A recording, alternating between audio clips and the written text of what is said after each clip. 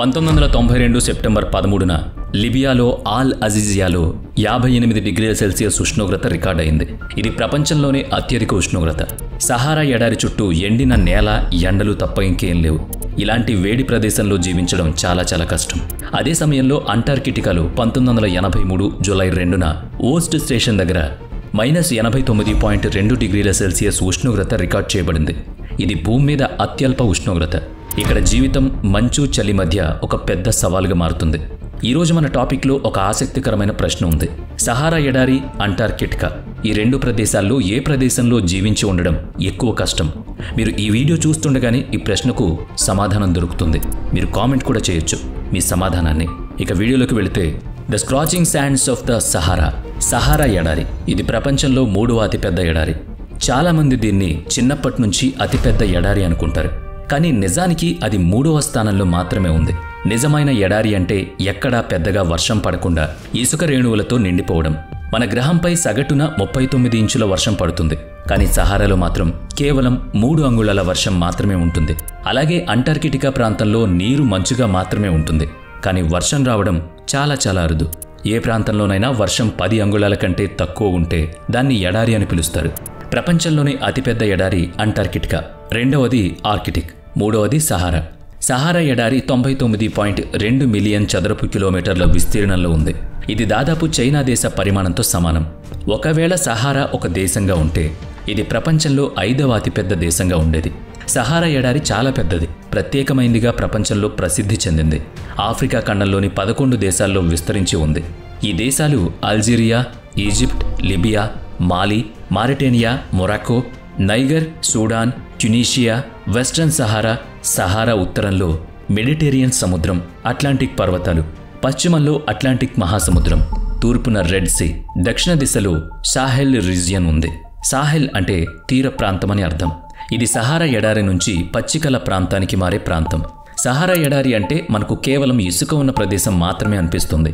కానీ వాస్తవంలో అంతా ఇసుక కాదు. ఇక్కడ కేవలం 25% భూమి మాత్రమే ఇసుకతో ఉంటుంది. మిగతా 75% రాళ్లు, పర్వతాలు, ఎండిపోయిన లోయలతో నిండిపోయి ఉంటుంది. ఇక్కడ కొన్ని నదులు, ఒయాసిస్లు కూడా ఉన్నాయి.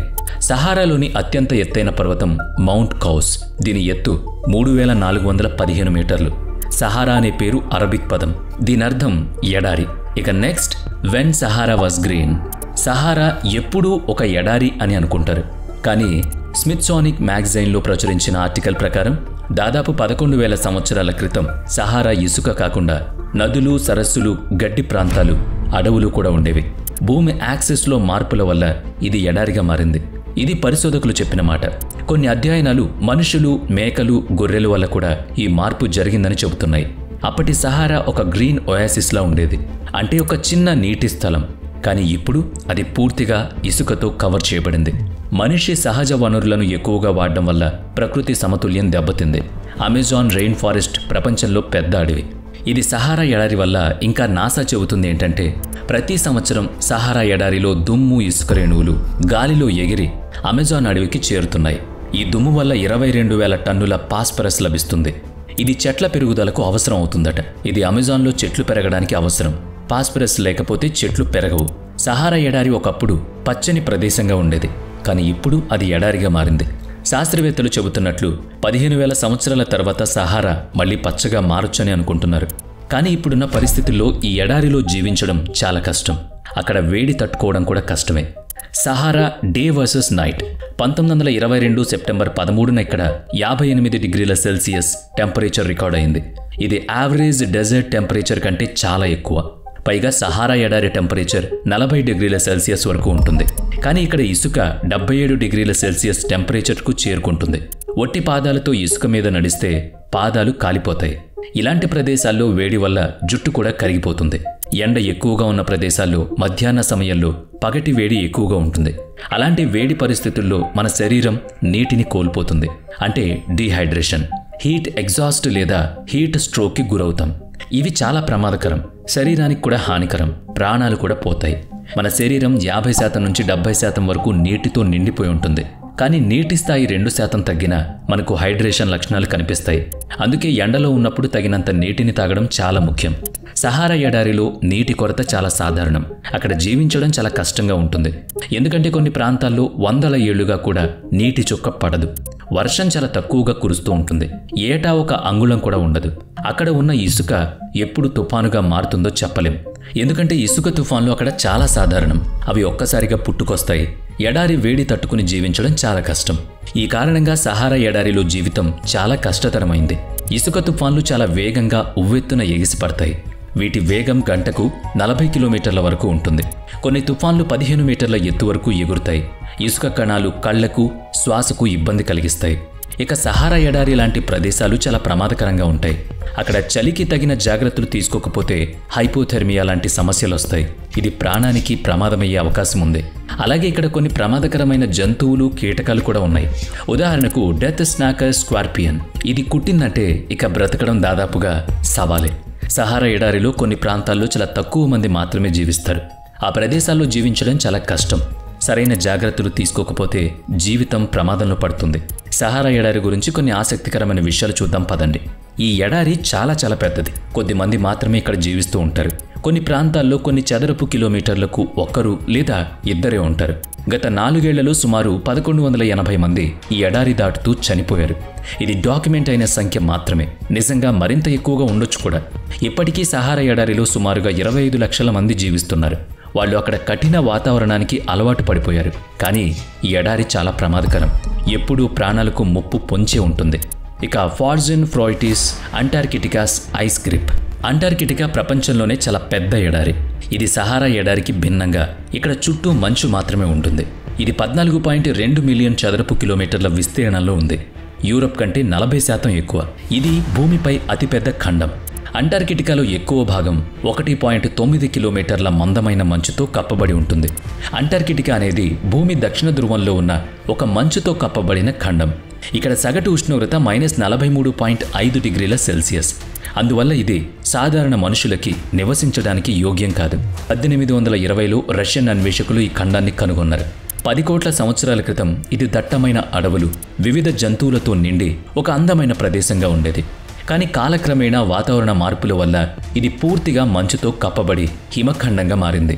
అంటార్కిటికా అనేది మంచుతో నిండిన ప్రత్యేక ప్రదేశం. ఇక్కడ ఎవ్వరూ శాశ్వతంగా నివసించరు. ప్రపంచంలోని 30 దేశాలు కలిసి ఈ ప్రదేశాన్ని శాంతి, శాస్త్ర పరిశోధన కోసం రక్షిస్తున్నాయి. 1959లో ఓ ఒప్పందం ప్రకారం ఇక్కడ సైనిక చర్యలు, గనుల తవ్వకం, అణు పరీక్షలు లేదా అణు వ్యర్థాలు వేయడం నిషేధం. ప్రస్తుతం 29 దేశాలు ఇక్కడ 70 పరిశోధనా కేంద్రాలు నిర్వహిస్తున్నాయి. భారత్ కూడా మైత్రి, భారతి అనే 2 పరిశోధనా కేంద్రాలను నిర్మించింది. ఇప్పుడు 3వ కేంద్రం నిర్మించేందుకు ప్రణాళికలు వేస్తున్నారు. వేసవిలో తక్కువగా అయినా ఉష్ణోగ్రతలు పెరుగుతాయి. ఈ సమయంలోనే ఎక్కువ పరిశోధనలు చేస్తారు. గ్రీష్మకాలంలో అంటార్కిటికాలో ఉష్ణోగ్రత కొంచెం ఎక్కువగా ఉంటుంది.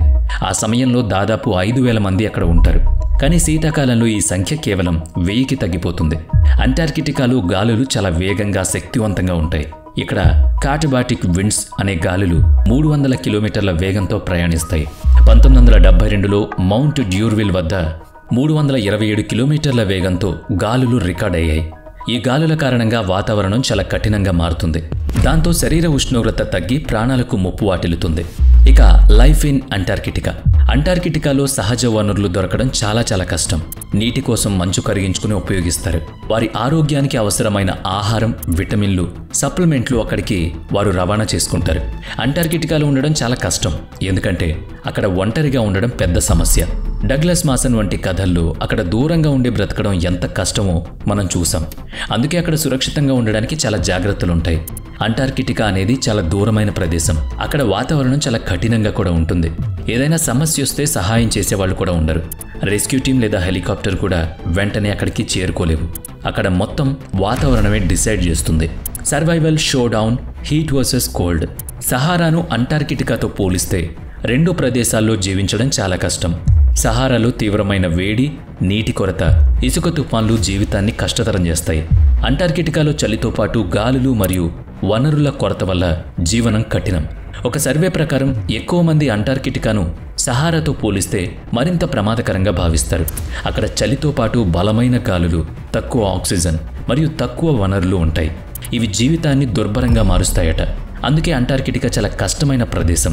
అక్కడ చలి, తుఫాన్లు మరియు బలమైన గాలులు జీవితాన్ని చాలా చాలా క్లిష్టంగా మారుస్తాయి. Final verdict, which is the ultimate survival test.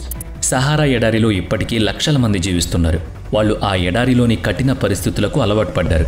అదేవిధంగా అంటార్కిటికాలో చాలా చల్లని వాతావరణం ఉంటుంది. అక్కడకు శాస్త్రవేత్తలు ఎక్కువగా 3 నుంచి 6 నెలల పాటు మాత్రమే వెళ్తారు. కొందరు 15 నెలల వరకు ఉంటారు. కానీ అది చాలా అరుదు. సహారా, అంటార్కిటికా రెండూ చాలా కఠిన పరిస్థితుల్ని చూపిస్తాయి. మీరు ఈ 2 ప్రదేశాల మధ్య తేడా గుర్తించారు కదా? మరైతే ఎక్కడ మనుషులు ఎక్కువగా జీవించగలుగుతారు? కామెంట్ చేయండి. వీడియో నచ్చితే లైక్ చేయండి, షేర్ చేయండి. ఇప్పటి వరకు మన ఛానల్ని సబ్స్క్రైబ్ చేయనట్లయితే ఇప్పుడే సబ్స్క్రైబ్ చేసుకుని పక్కనే ఉన్న బెల్ ఐకాన్పై క్లిక్ చేయండి. నెక్స్ట్ వీడియోలో మళ్ళీ కలుద్దాం. Thanks for watching.